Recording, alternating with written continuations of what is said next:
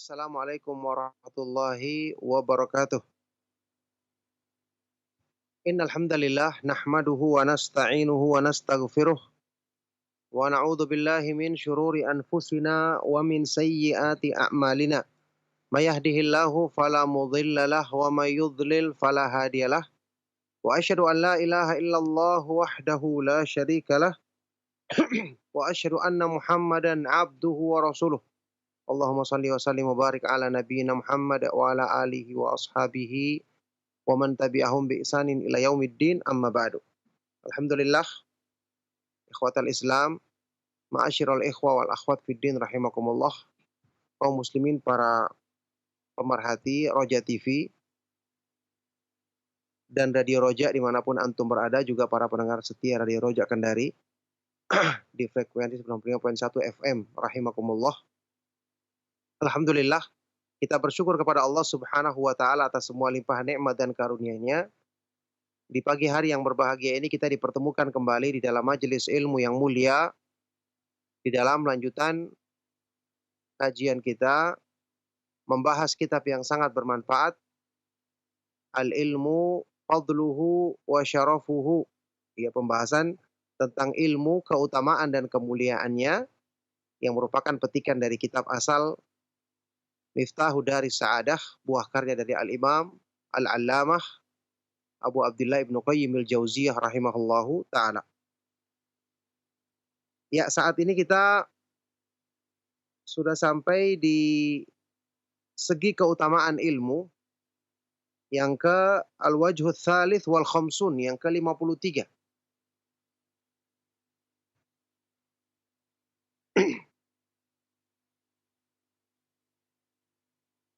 Al-ilmu hakimun ala ma siwahu.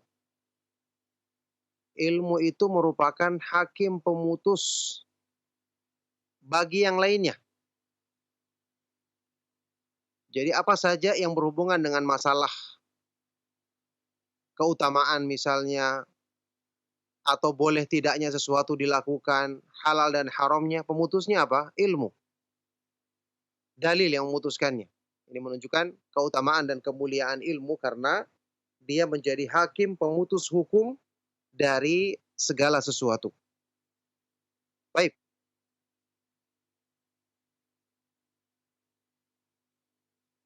Annal ilma hakimun ala ma siwahu wa la yahkumu alaihi syai'un. Bahwa ilmu itu adalah hakim pemutus hukum bagi yang lainnya, sedangkan sesuatu yang lainnya tidak bisa menghukumi ilmu. Sesuatu yang selainnya tidak bisa menghukumi ilmu.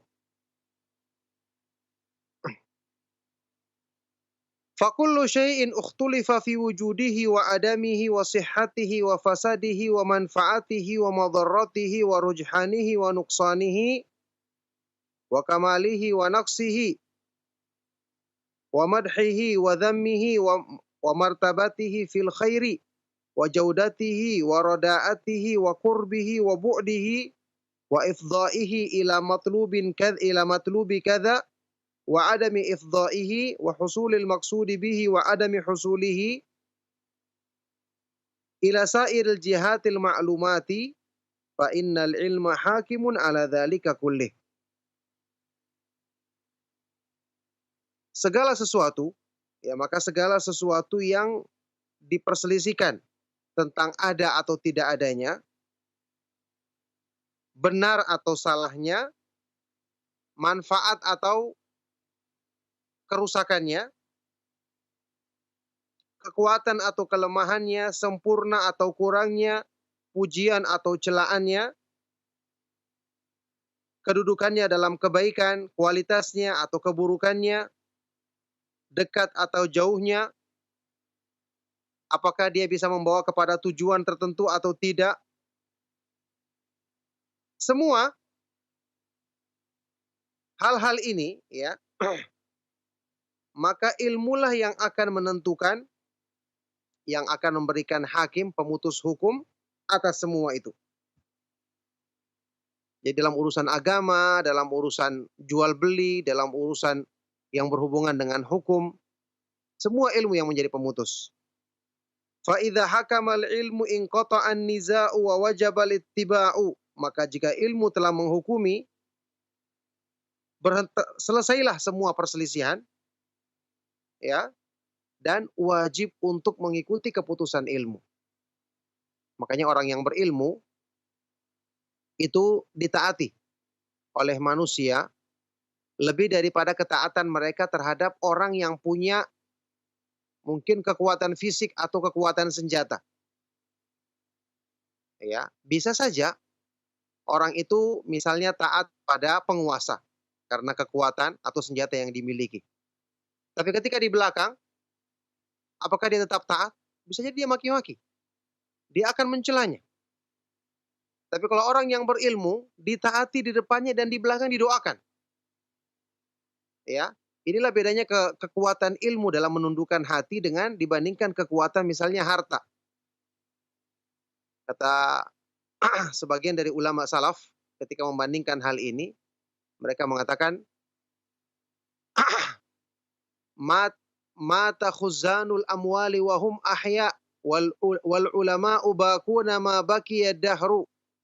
Pemilik harta, orang-orang yang hanya karena kekuasaannya dengan harta, mereka itu ketika mereka masih hidup. Karena manusia mencelanya. Di depannya dia pura-pura tunduk ketika ada kebutuhannya, ketika di belakang dimaki-maki. Tapi para ulama senantiasa hidup selama-lamanya sampai hari kiamat. Ya, ini mereka tetap dipuji, dikenang karena ilmunya, karena kebaikan yang mereka sebarkan. Saat ini kalau kita menyebutkan ulama, kita selalu sebutkan apa? Doa, rahimahullah. Ya, semoga Allah merahmatinya. Atau askanahullah fasiha jannatihi. Semoga Allah menempatkan dia di kelapangan surganya. Doa-doa kebaikan kita sampaikan. Beda kalau kita sebutkan orang yang punya harta, ya, hanya sekedar hartanya saja, dikenal karena hartanya, karena kedudukannya, karena kekuasaannya. Jarang kita doakan. Malah mungkin kita sebutkan keburukan-keburukannya, kezoliman-kezolimannya, atau pelanggaran-pelanggarannya. Ini yang terjadi. Jadi orang yang berilmu itu ya akan dimuliakan di hati. Dan ketika dia memutuskan sesuatu, maka ketundukan itu benar-benar berasal dari hati manusia. Baik. Wa huwal hakimu 'alal mamaliki was siyasati wal amwali wal aqlami. Maka ilmu adalah hakim, pemutus terhadap al-mamalik, kerajaan, terhadap kekuasaan, as-siyasat, terhadap penyelenggaraan kekuasaan dalam satu negeri misalnya, terhadap harta, terhadap pena untuk menulis. Famulkun la yata'ayyadu bi'ilmin la yakum. Karena kekuasaan yang tidak didukung dengan ilmu tidak akan tegak. Wasaifun bila ilmin mikhraqun la'ib. Pedang atau senjata tanpa ilmu, dia hanya sekedar mikhraq, perusak, tapi la'ib, perusak yang tidak tentu arahnya. Ya, ini orang yang punya pedang, senjata, dia tidak punya ilmu. Apa yang dilakukan? Dia akan membunuh orang yang tidak berhak untuk dibunuh. Sama dengan orang yang semangat ingin berjihad tapi tidak punya ilmu, akhirnya kaum muslimin yang dibunuh. Ataupun orang kafir yang dibunuh tapi yang dilarang untuk dibunuh, yang punya perjanjian damai dengan negeri kaum muslimin seperti yang kita pernah sebutkan di dalam hadis-hadis yang sahih. Orang yang tidak punya ilmu, kerusakan yang ditimbulkannya lebih besar daripada kebaikan yang diharapkan. Wa qalamun bila ilmin harakatun abis. Harakatun abis. Ya. Sebagaimana pena yang menuliskan sesuatu tanpa ilmu, itu hanya gerakan yang sia-sia. Tulisan tanpa ilmu isinya, ini cuma sekedar bacaan tapi tidak akan membekas di hati.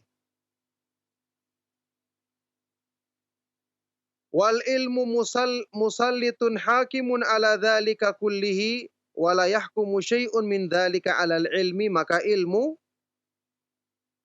dialah yang menundukkan dan memberikan merupakan pemutus hukum atas semua itu, atas semua perkara itu, dan tidak ada satupun dari perkara itu yang bisa menghukumi ilmu. Yang bisa menghukumi ilmu. Ya, kita masih ingat kisah yang pernah saya sebutkan ketika Imam Abdullah bin Mubarak Al-Marwazi dari kalangan tabi'in berkunjung ke salah satu negeri di zaman dahulu, di zaman tabi'in, kemudian orang-orang datang berlarian ke majelis beliau, sampai sendal-sendal berterbangan, debu-debu sampai mengepul, seperti ada kekacauan, seperti ada peperangan ketika itu. Maka salah seorang dari istri khalifah yang ada yang melihat dari rumahnya yang di atas tingkat tinggi, kaget, ada apa ini? Dia tanya pengawalnya, kenapa ini? Debu-debu mengepul, ada sendal-sendal bertemu, kayak ada kekacauan, ada apa? Maka pengawalnya mengatakan, alimun min Khurasan. Itu ada seorang yang berilmu dari Khurasan, dia datang, maka orang pun berlari untuk datang ke majelisnya. Tidak perlu dipanggil, tidak perlu ada pengawal, tidak perlu ada polisi yang merazia, semua datang kepadanya. Langsung dikomentari oleh istrinya khalifah ini dengan mengatakan, hadza huwal mulku wallahi, inilah kekuasaan yang sesungguhnya demi Allah. Ini namanya baru kekuasaan yang sesungguhnya. La kamulki Harun alladzi la yajma'un nas illa bisyurat wa a'wan. Tidak seperti kekuasaan dari Harun ar-Rasyid yang hanya bisa mengumpulkan manusia dengan polisi dan para pengawalnya. Yani orang yang punya kekuasaan mungkin bisa mengumpulkan orang, tapi terpaksa dikumpulkan.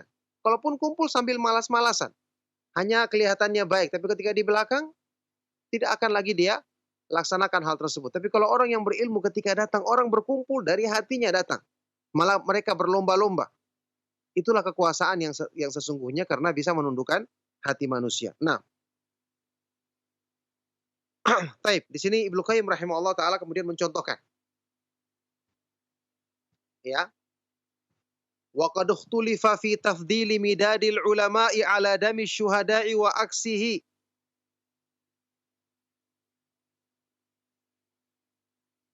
Wa dzukira likulli qaulin wujuhun minat tarjihi wal adillah.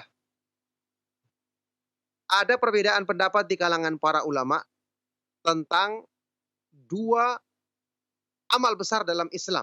Mana yang lebih utama? Mana yang lebih utama antara midadil ulama, tinta pena para ulama ketika menulis ilmu, dibandingkan dengan dami syuhada, darah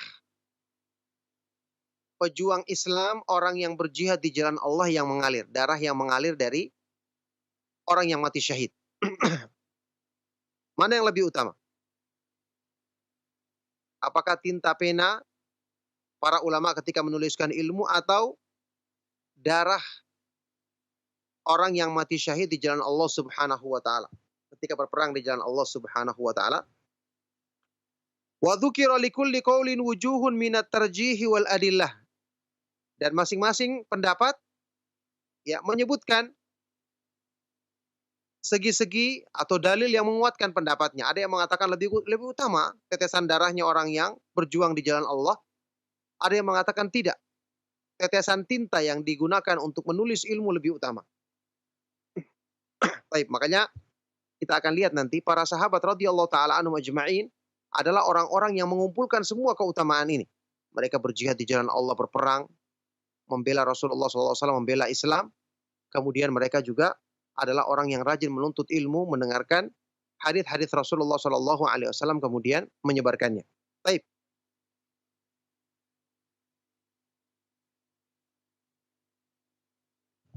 Ibnu Qayyim berkata, wa nafsu hadzal nizaa'i dalilun ala tafdilil ilmi wa martabatihi fa innal hakima fi hadhil mas'alati huwal ilmu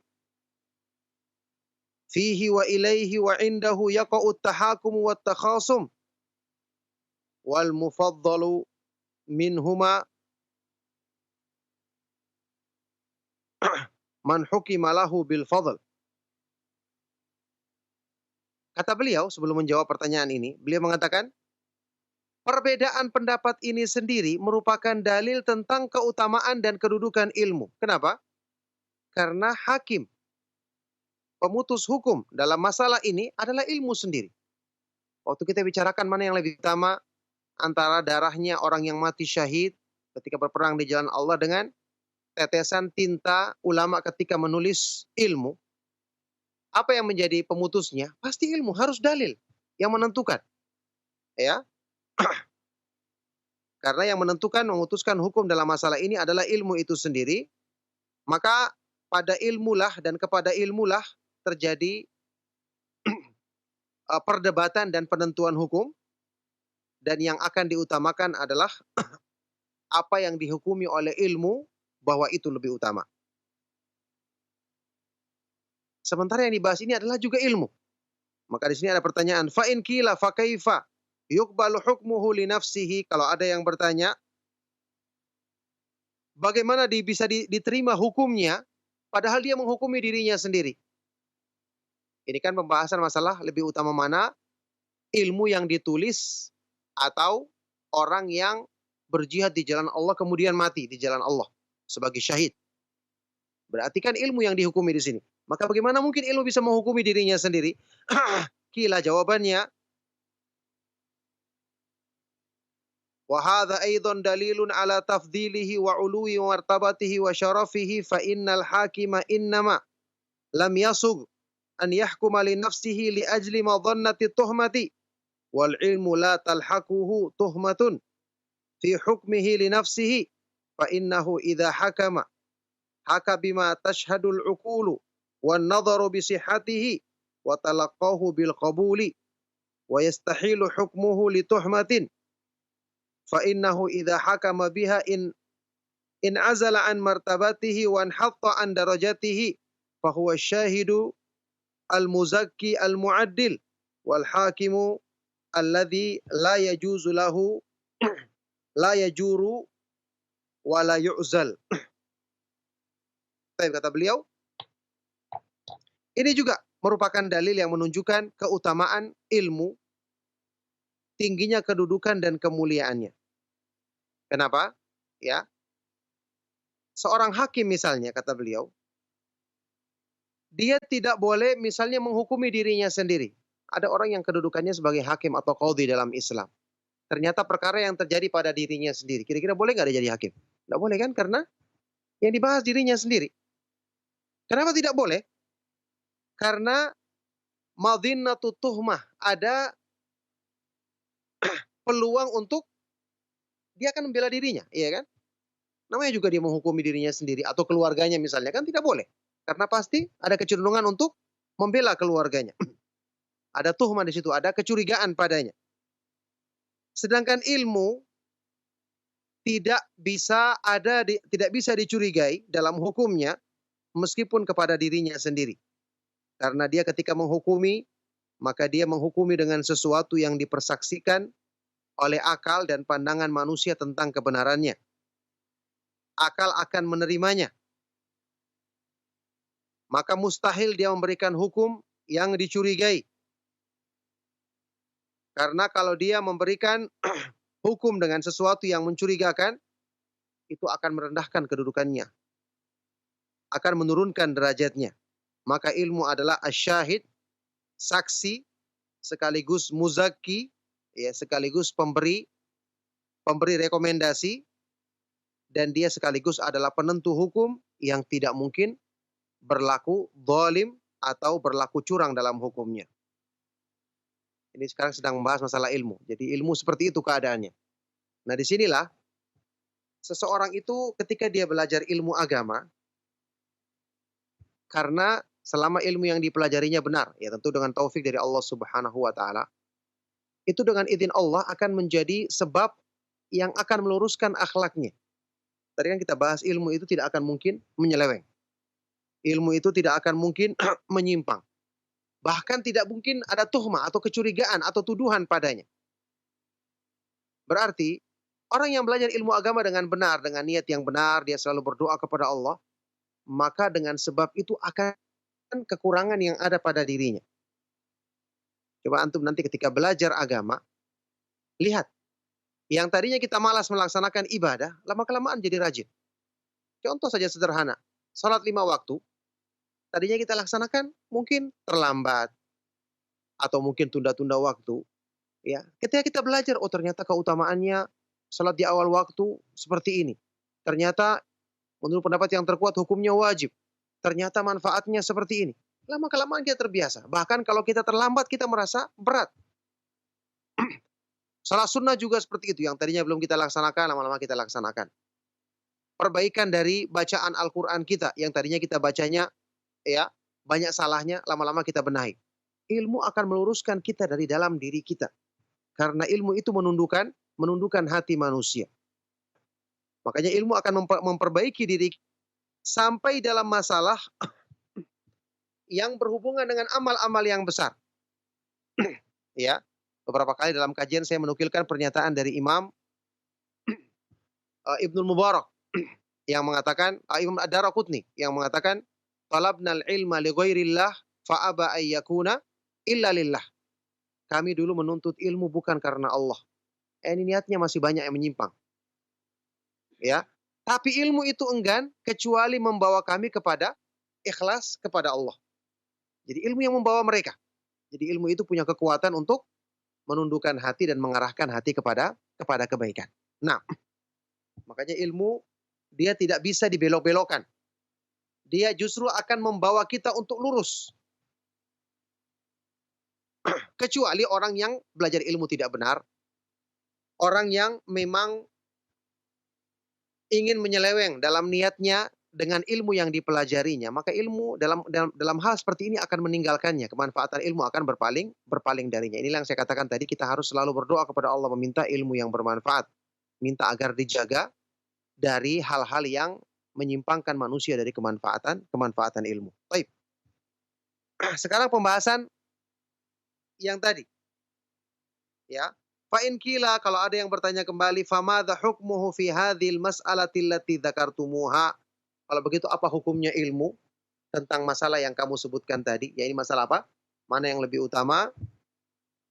Pena untuk menulis ilmu yang ditulis oleh para ulama atau darah yang mengalir di jalan Allah dari orang yang mati syahid ketika berperang di jalan Allah? Maka jawabannya qila hadhil mas'alatu kathura fiha al-jidalu wattasa'al majalu wa adla kullun minhuma bihujjatihi wasta'la bimartabatihi walladhi yafsilu an-nizaa'a wa yu'idu al-mas'alata ila al-mawaqi'il ijma'i al-kalamu fi anwa'i maratibil kamal wa dhikrul afdali minhuma wan nadharu fi ayyi hadhainil amrayni aula bihi wa aqrabu ilaih. Kata beliau, masalah ini banyak perdebatan padanya. Wattasa'al majal, dan luas pembicaraan tentangnya. Masing-masing dari yang berpendapat menyampaikan hujahnya, menyampaikan argumentasinya, dan wasta'la bimartabatihi, menganggap yang paling utama adalah pendapatnya. Sedangkan yang bisa menghukumi perbedaan pendapat dalam hal ini dan mengembalikan masalah ini kepada hal-hal yang disepakati, sebenarnya adalah kita harus bahas dulu tentang jenis atau tingkatan-tingkatan keutamaan dalam Islam. Kita sebutkan apa yang paling utama. Kemudian kita melihat dari dua masalah ini mana yang paling dekat kepada tingkatan yang utama tersebut. Ya. Baik. Sekarang kalau kita ditanya, kedudukan yang paling tinggi di dalam Islam, menurut agama Islam, kedudukan manusia yang paling tinggi adalah siapa? Siapa orang yang paling tinggi kedudukannya di hadapan Allah Subhanahu wa taala di kalangan manusia? Hah? Yang paling bertakwa. Sekarang siapa orangnya yang paling bertakwa? Sebelum para ulama, di atasnya lagi siapa? Para nabi dan rasul. Tidak mungkin ada yang mengalahkan mereka. Iya kan? Para nabi dan rasul. Baik. Atau bisa kita katakan para malaikat. para malaikat karena ketaatan mereka. Di kalangan manusia para nabi dan rasul alaihi wassalatu wassalam. Ini tingkatan yang paling utama. Taib, para nabi dan para rasul diutamakan dan dimuliakan dengan apanya? Karena mereka membawa petunjuk Allah, menyebarkan kepada manusia, mengajarkan tauhid, memerangi perbuatan syirik, mengajarkan tentang ibadah kepada Allah, tentang iman, iya kan? Itu dimuliakan. Makanya sudah pernah kita bahas, para malaikat yang tugasnya berhubungan dengan wahyu, itulah pimpinannya para malaikat. Yaitu malaikat apa? Malaikat Jibril. Karena tugasnya menyampaikan wahyu. Di antara manusia yang tugasnya menyampaikan wahyu adalah para nabi dan para rasul. Maka dia kedudukannya paling tinggi. Kedudukannya paling tinggi. Nah, disinilah kita akan bahas nanti perbedaan pendapat tadi, mana yang lebih utama, pena yang menulis ilmu oleh para ulama, dan darahnya orang yang mati syahid. Kata Ibnu Qayyim di sini, fahadhil usulu thalathatu tubayyinu as-shawaba wa yaqa'u biha faslul khitab. Maka 3 perkara inilah yang akan menjelaskan pendapat masalah ini dan akan menjadi sebab putusnya ya perselisihan dalam masalah ini. Kita lihat sekarang. Fa amma maratibul kamari fa arba'un. Tingkatan-tingkatan kesempurnaan manusia ada 4. 4 tingkatan disebutkan dalam Al-Qur'an. Pertama apa? An-nubuwah. Tingkatan kenabian dan kerasulan. Ini disepakati oleh para ulama. Nabi dan Rasul tidak ada yang lebih utama dibandingkan mereka. Makanya pendapat sebagian dari orang-orang ahlul bidah yang mengatakan wali lebih utama dibandingkan Nabi. Ini pendapat yang bisa jadi kufur. Menyelisihi ijma, kesepakatan para ulama menyelisihi ayat Al-Quran. Nabi dan Rasul tidak mungkin ada yang melebihi keutamaannya. Ya, mereka berdalil misalnya dengan kisahnya Khadir di dalam surat Al-Kahfi yang Nabi Musa mencari dia. Padahal Khadir adalah seorang nabi, nabi yang mulia. Ayat Al-Quran sendiri menyebutkan bahwa dia mendapatkan wahyu dari sisi Allah Subhanahu wa taala. Jadi Khadir adalah nabi Allah Subhanahu wa taala yang mulia. Nah, jadi yang pertama an-nubuwah, tingkatan kenabian. Yang kedua as-siddiqiyah, tingkatannya orang-orang siddiq.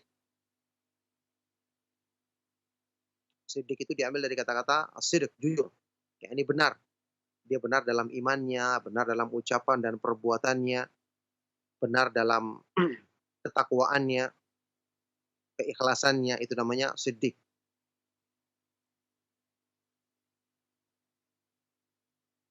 Tingkatan yang kedua, tingkatan siddiq. Yang ketiga,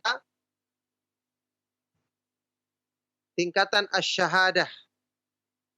Orang-orang yang mati syahid. Syahid artinya dipersaksikan keimanannya.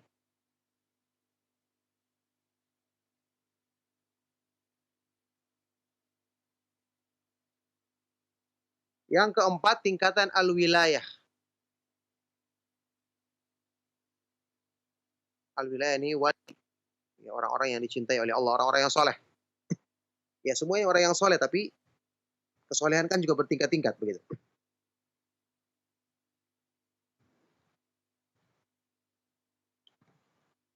Wa qad dzakaraha Allah Subhanahu fi qoulihi. Allah menyebutkan tentang 4 tingkatan ini di dalam firman-Nya di surat An-Nisa ayat 69. A'udzubillahi minasyaitonir rajim. May yuti'ir illaha wa rasulah. Wa may yuti'illaha war rasulah fa ulaika ma'al ladzina an'ama Allahu 'alaihim minan nabiyyina was-siddiqina wasyuhada'i was-salihin wa hasuna ulaika rafiqa dzalikal fadlu minallah wa kafa billahi alima.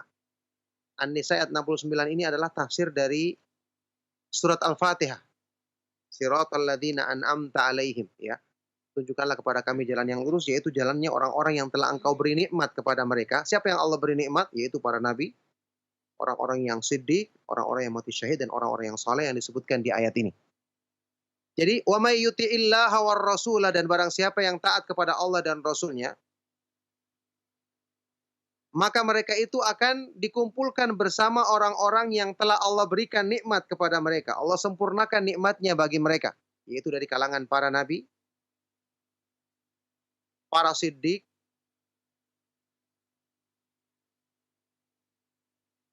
orang-orang yang mati syahid, dan orang-orang yang soleh. Dan mereka itu adalah sebaik-baik teman. Itulah karunia dari Allah, dan cukuplah Allah Subhanahu wa Ta'ala yang Maha Mengetahui. Nah,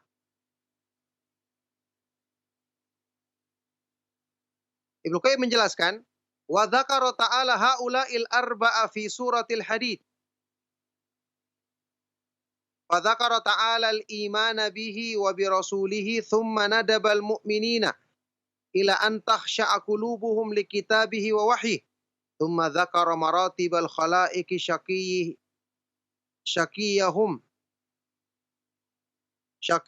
wa sa'idihim faqala innal musaddiqina wal musaddiqati wa aqradullaha qardan hasanan yudha'afu lahum ajrun karim walladzina amanu billahi wa rusulihi ulaika humus siddiqun wasyuhada'u 'inda rabbihim lahum ajruhum wa nuruhum walladzina kafaru wa kadzdzabu biayatina ulaika ashabul jahim. Allah Subhanahu wa Ta'ala menyebutkan 4 golongan manusia ini juga di surat Al-Hadid.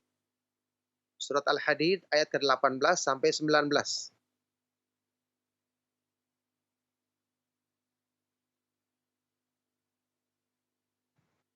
Di surat Al-Hadid ini Allah menyebutkan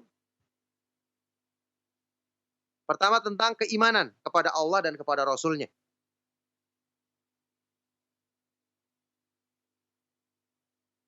Kemudian Allah motivasi orang-orang yang beriman untuk agar hati mereka itu tunduk kepada Al-Quran dan kepada wahyunya. Setelah itu kemudian Allah menyebutkan tingkatan-tingkatan manusia yang celaka dan yang berbahagia. yakni yang selamat dan yang celaka, yang sengsara. Allah berfirman di surat Al-Hadid tadi ayat ke-18-19, Innal musaddiqina wal musaddiqati, sesungguhnya orang-orang yang beriman dengan benar, membenarkan Allah dan Rasul-Nya, laki-laki maupun perempuan, yang kemudian mereka aqradullah, memberikan pinjaman yang baik kepada Allah, yakni mengorbankan harta dan apa yang mereka miliki di jalan Allah, akan dilipat gandakan pahala mereka dan mereka mendapatkan keutamaan yang agung, keutamaan yang mulia. Dan orang-orang yang beriman kepada Allah dan Rasul-Nya, mereka inilah orang-orang siddiq. Kemudian asyuhada, orang yang mati syahid di sisi Allah akan mendapatkan pahala yang besar dan cahaya.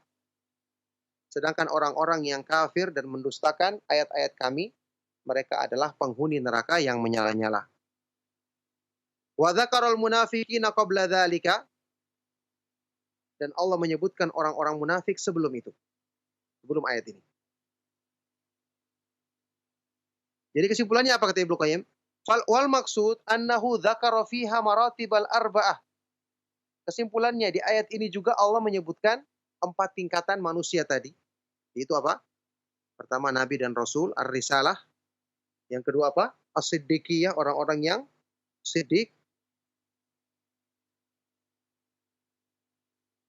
Yang ketiga asyhada, orang-orang yang mati syahid. Dan yang keempat orang-orang yang soleh atau disebut sebagai wali, wali Allah.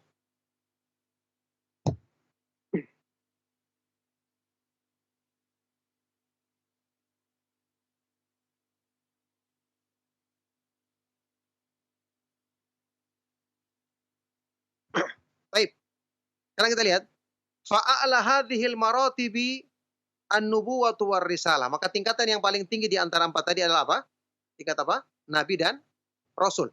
Karena kerasulan. Ini sudah disepakati. Tidak ada perbedaan pendapat. Wa yaliha, kemudian yang kedua apa? Siddiq. Ya kan? Tingkatan siddiq. Kata Ibnu Qayyim, as-siddiquna hum a'immatu atba'ir rusul wa darajatuhum a'la darajati ba'dan nubuwah. Maka siddiqiyah, tingkatan kedua adalah siddiqiyah. Kata beliau as-siddiqun, siapakah orang-orang yang punya nama siddiq itu? Kata beliau adalah, ya, itu yang paling besar adalah Abu Bakar As-Siddiq radhiyallahu taala anhu. Kemudian anaknya Aisyah. Aisyah itu disebut Siddiqah bintu Siddiq. Perempuan Siddiq, anak perempuan dari Abu Bakar As-Siddiq. Ya. Kata Ibnu Qayyim, As-Siddiq, orang-orang yang siddiq itu adalah a'immatu atba'ir rusul. Para imam yang memimpin pengikutnya para nabi dan para rasul. Pengikut para nabi dan para rasul siapa? Ahlu sunnah, iya kan? Ahlu sunnah artinya dia mengikuti sunnah. Jadi para imam ahlu sunnah itulah orang-orang siddiq, kata beliau.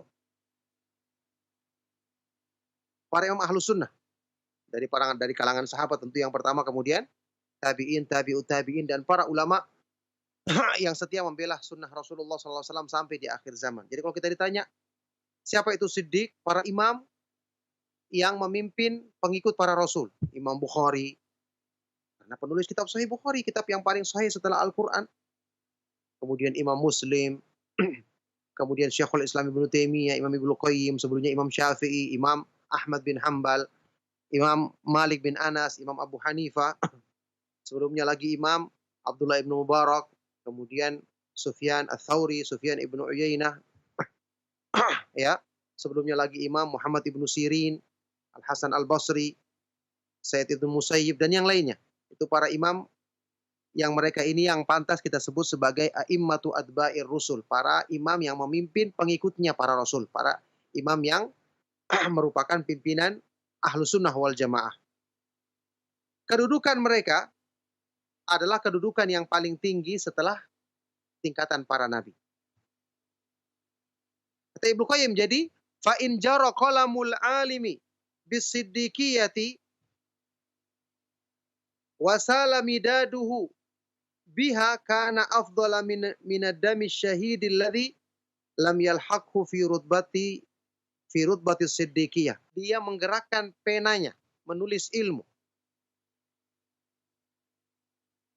dengan sifat siddiqiyah. Ya, ini dia punya ilmu, keikhlasan, keimanan yang benar. Dia menulisnya dengan ikhlas, dengan iman yang benar, dengan ilmu isinya. Kalau ada yang menulis seperti ini, kemudian tintanya mengalir, tinta penanya mengalir dengan sifat siddiqiyah ini, maka berarti dia lebih utama dibandingkan darahnya orang yang mati syahid yang tidak mencapai tingkatan siddiq tersebut.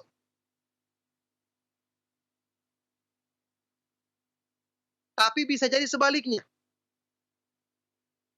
Kalau orang yang berjihad dengan ilmu, dia juga punya pemahaman tentang jihad, dia juga ikhlas dalam niatnya, berarti dia adalah siddiq juga. Makanya sebaliknya tadi kata Ibnu Qayyim, fa in sala damu syahid bisiddiqiyah. Sebaliknya, kalau darahnya orang yang mati syahid itu mengalir dengan sifat siddiq, wa qatara 'alaiha, menetes sifat ini, kana afdhala min midadil alim alladzi qassara anha, berarti dia lebih utama dibandingkan yang kurang dari sifat ini. Maka siapa yang paling utama di antara keduanya? Kesimpulannya, fa afdhaluhuma siddiquhuma. Yang paling utama di antara keduanya adalah yang paling dekat dengan siddiq. Antum perhatikan, orang yang berilmu itu ketika menghukumi sesuatu, dia benar-benar sesuai dengan ilmu. Tidak asal bicara. Ya. Ini pendapat yang menggabungkan semua dalil. Dan ini kelebihan dari para ulama besar seperti Imam Ibnu Qayyim ketika menyimpulkan sesuatu. Ibnu Taimiyah dan yang lainnya, mereka selalu benar-benar mengumpulkan dalil sehingga memuaskan semua pihak yang berselisih, begitu. Fa in istawaya fi siddiqiyati istawaya fil martabati wallahu a'lam. Kalau mereka keduanya sejajar atau sama dalam sifat siddiqnya, berarti kedudukannya juga sama, wallahu taala alam. Contoh ya, saya pernah sebutkan dalam beberapa kajian, perbedaan pendapat yang panjang lebar dibahas oleh para ulama tentang, ini saya ingatkan kembali, mana yang lebih utama, orang kaya yang bersyukur atau orang miskin yang bersabar? Orang yang miskin yang bersabar ada keutamaannya, orang kaya yang bersyukur juga ada keutamaannya. Masing-masing punya dalil. Ada yang memilih ini yang lebih utama, ada yang memilih ini yang lebih utama. Ya, ini dalilnya banyak. Ketika dihukumi oleh para ulama yang terkenal dengan ketelitian dalam pendapat seperti Imam Ibnu Qayyim, Syekhul Islam Ibnu Taimiyah, Ibnu Muflih muridnya dan yang lainnya, mereka memberikan hukum yang benar-benar meliputi semua pendapat. Apa kata beliau? Kata Ibnu Qayyim menyimpulkan, yang paling utama adalah yang paling dekat dengan firman Allah Subhanahu wa taala, "Inna akramakum indallahi atqakum." Sesungguhnya yang paling mulia di antara kalian di sisi Allah adalah yang paling bertakwa. Sabar dan syukur kan dua-duanya sifat takwa, iya kan? Orang miskin kalau sabarnya lebih besar dibandingkan orang kaya yang kurangnya bersyukur, yang syukurnya lebih kurang, berarti lebih utama mana? Orang miskin yang bersabar, sabarnya lebih besar. Ada orang kaya yang syukurnya tinggi dibandingkan orang miskin yang sabarnya kurang, lebih utama mana? Berarti orang kayanya lebih utama. Jadi bukan kembali kepada kaya atau miskinnya, tapi kembali kepada sifat takwa yang ada pada dirinya. Makanya kalau ada orang miskin yang dia bisa bersabar dan bersangka baik kepada Allah, ini lebih utama dibandingkan orang-orang yang punya kelebihan tapi tidak pandai mensyukuri kelebihan tersebut. Sebaliknya juga kalau ada orang yang punya kelebihan harta tapi dia bisa mensyukurinya, menggunakannya di jalan Allah, tidak menjadikan sebab dia lalai dari mengingat Allah, maka ini lebih utama dibandingkan orang miskin yang tidak pandai bersabar menghadapi kekurangan dirinya. Nah, kata Ibnu Qayyim selanjutnya, wasiddiqiyatu hiya kamalul imani bima jaa bihi rasulu ilman wa tasdiqan wa qiyaman bihi. As-siddiqiyah, tingkatan siddiq itu adalah keimanan yang sempurna. Kamalul iman, keimanan yang sempurna terhadap petunjuk yang dibawa oleh Rasulullah Sallallahu Alaihi Wasallam. Keimanan yang sempurna terhadap petunjuk yang dibawa oleh Rasul Sallallahu Alaihi Wasallam dalam hal apa? Ilman, dalam hal mempelajarinya. Tasdiqan, membenarkannya. Wa qiyaman bihi, dan menegakkannya, mengamalkannya.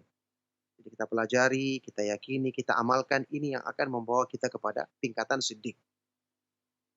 Jadi siddiqiyah itu adalah, tingkatan siddiq itu adalah keimanan yang sempurna terhadap petunjuk yang dibawa oleh Rasul dengan mempelajarinya, membenarkannya, dan menegakkan atau mengamalkannya. Fahiya raji'atun ila nafsil ilmi,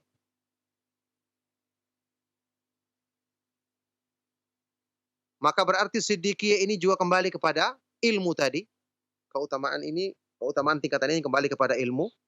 Fakullu man kana a'lama bima jaa'a bihi Rasul sallallahu alaihi wasallam akmala tasdiqan lahu wa akmala tasdiqan lahu kana atamma siddiqiyatan. Maka semakin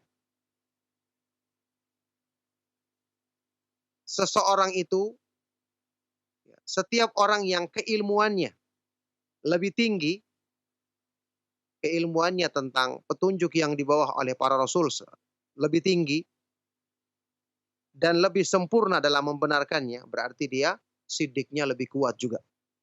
Jadi orang yang paling berilmu dan orang yang paling meyakini, membenarkan petunjuk yang dibawa oleh para Rasul alaihi wassalatu wassalam, maka dia tentu yang paling kuat siddiqnya. Makanya kita tahu Abu Bakar As-Siddiq kan dinamakan As-Siddiq karena ketika Nabi SAW membawa petunjuk, orang mendustakan, orang menolak. Cuma Abu Bakar As-Siddiq yang mengatakan itu benar. Sampai pun dia mengatakan lebih daripada itu, maka itu benar. Ini luar biasa. Makanya beliau adalah As-Siddiqul Akbar. Ya, Siddiq yang paling besar. Ya, Abu Bakar As-Siddiq radhiyallahu ta'ala anhu. Kana atamma siddiqiyatan, maka dialah orang yang paling sempurna sifat siddiqnya. Fas-siddiqiyatu syajaratun usuluhal ilmu. Ibnu Qayyim di sini menyimpulkan. Maka siddiqiyah, derajat siddiq, ibaratnya dia adalah syajarah pohon. Usuluhal ilmu, yang akar-akarnya adalah ilmu. Pohon yang akarnya adalah ilmu. Wa furu'uhat tasdik. Cabang-cabangnya adalah at-tasdik, membenarkan, meyakini. Wa thamratuhal amal, dan buahnya adalah amalan soleh. Jadi untuk mencapai tingkatan siddiq, kita harus belajar.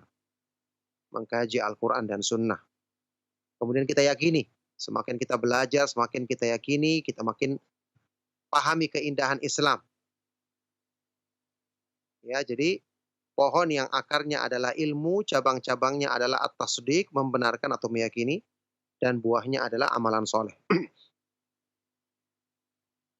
Fahadhihi kalimatun jami'atun fi mas'alatil alami wasyahid wa ayyuhuma afdal. Maka ini adalah kalimat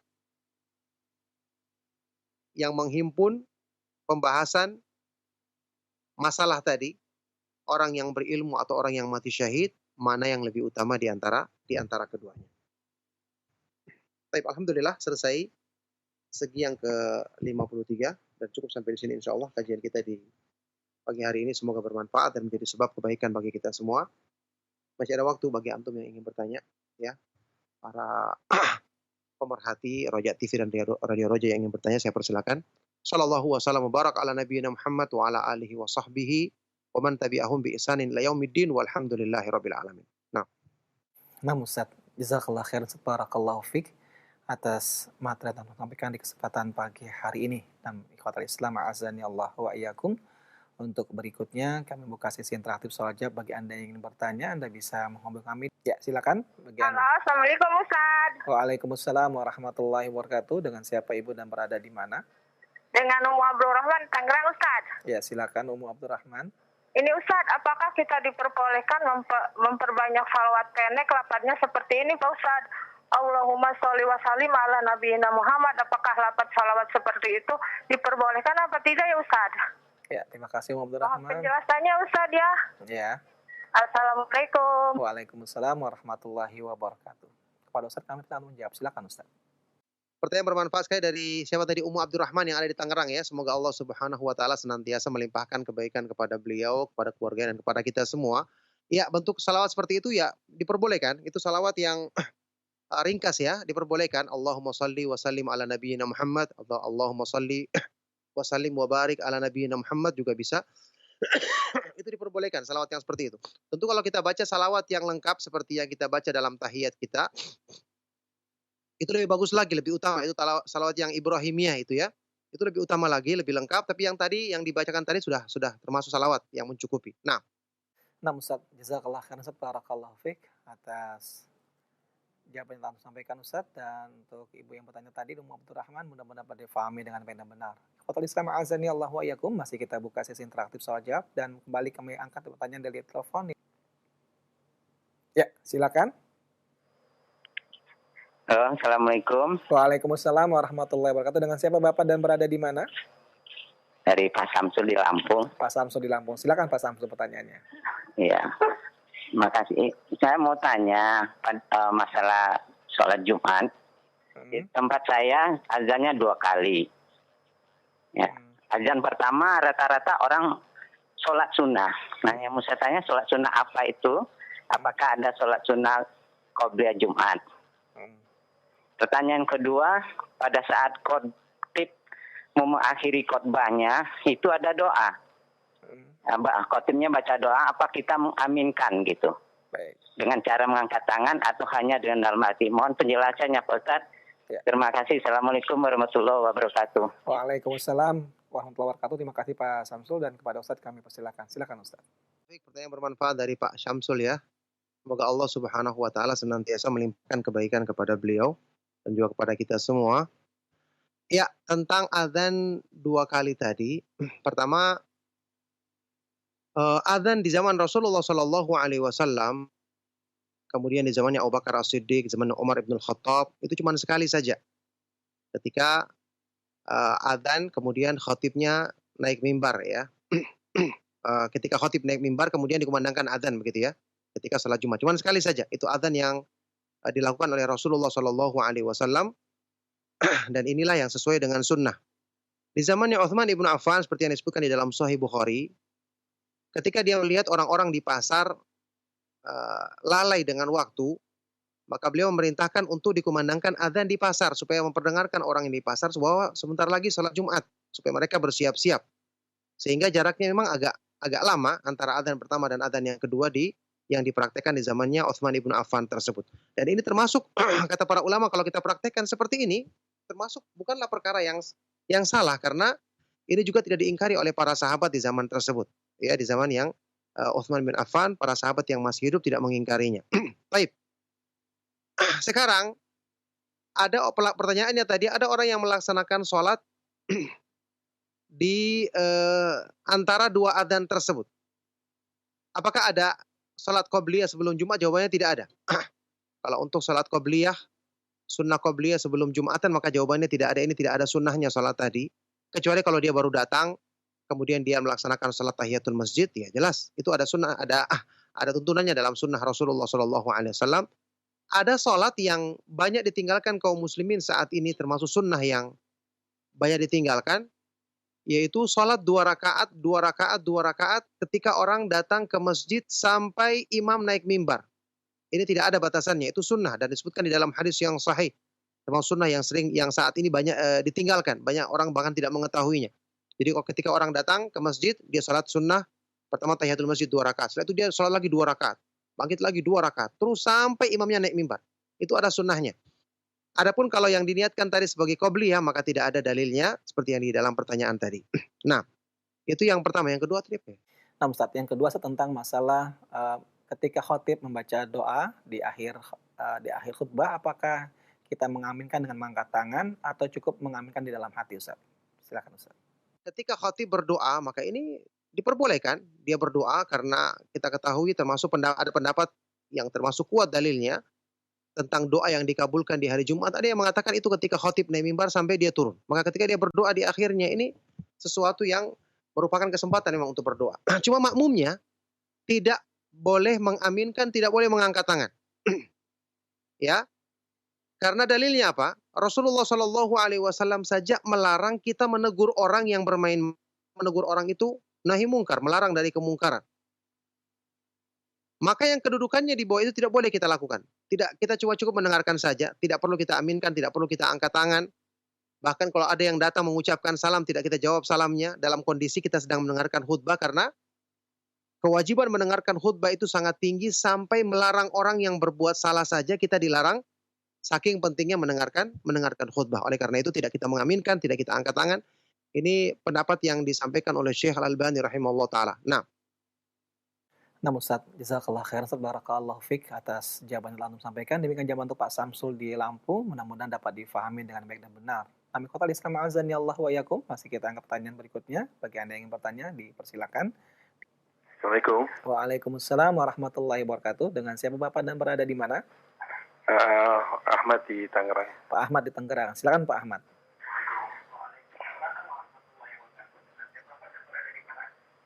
Silakan Pak Ahmad. Ya. Baik. Assalamualaikum Ustaz.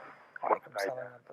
Salah satu hal yang sangat urgent, salah satu hal yang bisa memberatkan seorang mayit adalah hutang.